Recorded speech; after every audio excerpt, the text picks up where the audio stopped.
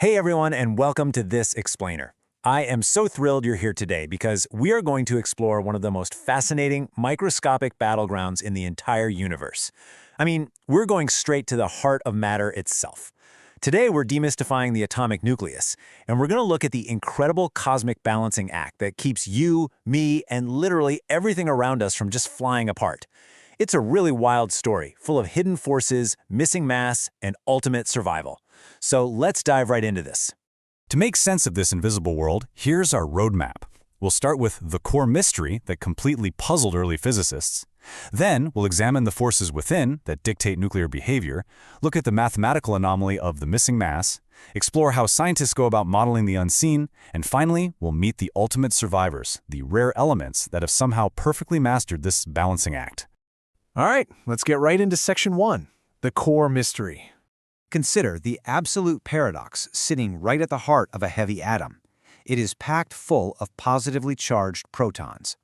Now, according to the standard laws of electromagnetism, those protons should violently repel each other, right?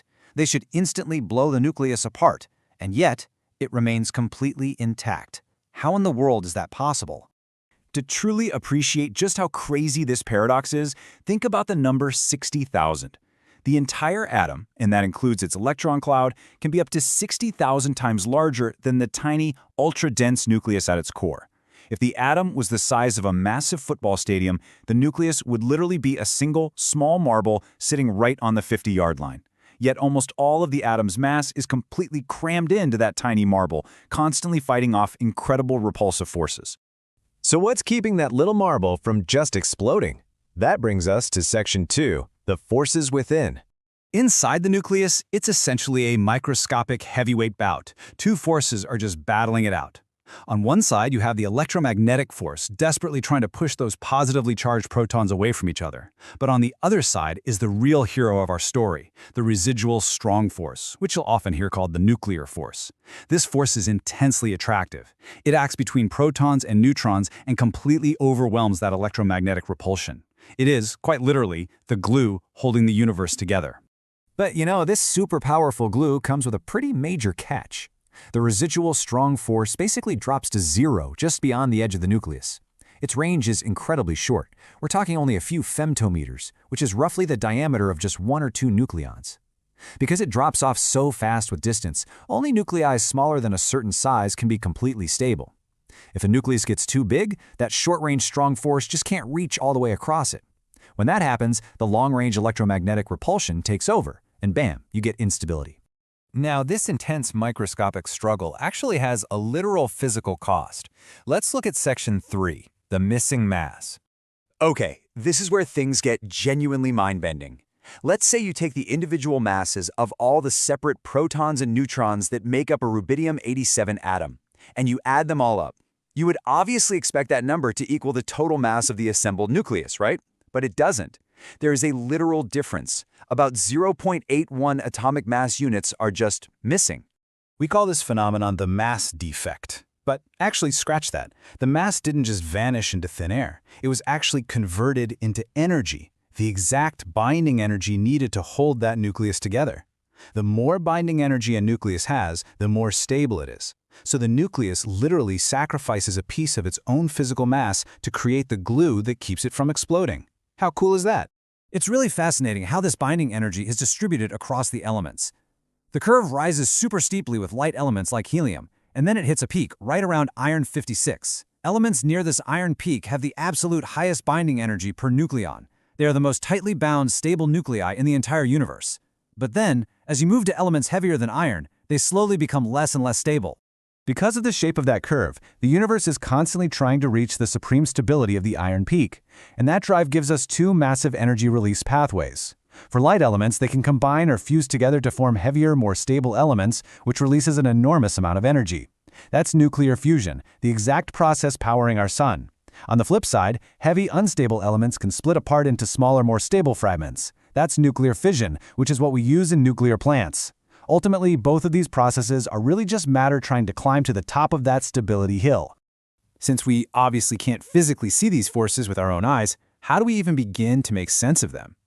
That takes us to Section 4, modeling the unseen. Back in the day, early pioneers like Niels Bohr and John Archibald Wheeler needed a good metaphor. So they proposed the liquid drop model. They imagined the nucleus not as some rigid, static structure, but as a rotating, incompressible drop of liquid. The protons and neutrons are packed in tight, interacting with their nearest neighbors just like little molecules in a drop of water. And you know what? This model is incredibly successful at explaining collective behavior, like the surface tension forces happening inside the nucleus. In fact, this model beautifully explains something as complex as nuclear fission. Imagine a heavy nucleus where electromagnetic repulsion is intensely competing with the nuclear surface tension. The drop starts to deform, stretching out and elongating until it develops a really narrow neck. Finally, once those repulsive forces exceed the surface tension, the drop violently snaps, splitting into two smaller drops and releasing massive energy. It is just a perfect visual analogy for a deeply complex quantum event. But of course, the liquid drop model has its limitations. It can't explain everything. Enter the shell model.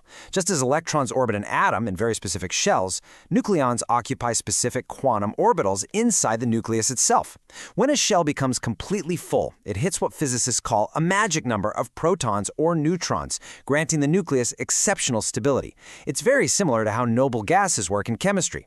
This perfectly explains some anomalies the liquid drop model totally misses, like why the element 10, with a magic closed shell of 50 protons, boasts a record-breaking 10 completely stable isotopes.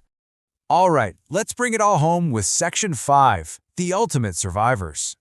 When we're talking about nuclear stability, pairing is absolutely everything. Nucleons naturally settle into a lower energy state when they occur in even pairs. Because of this quirky rule, an astonishing 150 known stable nuclides have an even number of both protons and neutrons, but nuclei with an odd number of both, only 5 of those exist in a stable state. The universe strongly favors the energetic stability of even pairings. And when we tally up all the winners of this atomic lottery, the final number is surprisingly small. Out of the vast, countless possible configurations of protons and neutrons, only 251 nuclides are currently considered observationally stable. That means we have never, ever observed them decay against the natural background. In a universe completely governed by constant energetic flux and radioactive decay, achieving true lasting stability is an incredibly rare feat. But wait, I want to end on a point that kind of challenges everything we just talked about. Consider bismuth-209. For decades, science classified it as completely stable, case closed. But then, in 2003, better equipment revealed that it's actually mildly radioactive. It is decaying incredibly slowly, with a half-life of roughly 20 quintillion years. To put that into perspective, that is over 1 billion times longer than the age of the entire universe. So that leaves us with a fascinating and honestly slightly unsettling question to wrap up this explainer. If a purportedly stable element like bismuth is actually decaying over these astronomical timescales, what other stable matter around us might actually be slowly ticking away? Perhaps absolute permanence is just an illusion, and this grand cosmic balancing act is still unfolding right beneath our fingertips. Thank you so much for joining me today to explore the atomic nucleus. Keep asking questions, and I'll catch you in the next one.